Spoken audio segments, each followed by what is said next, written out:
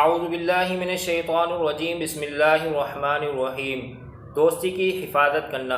امام شافعی رحمہ اللہ نے اپنے شاگرد یونس بن عبد الاعلیٰ رحمہ اللہ کو وصیت کرتے ہوئے فرماتے ہیں،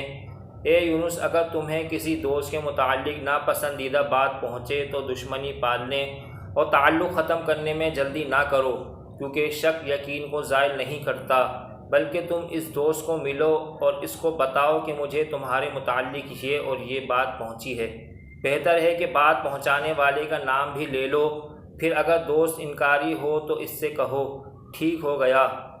تم میرے لیے اس مخبر سے زیادہ سچے اور قابل اعتبار ہو،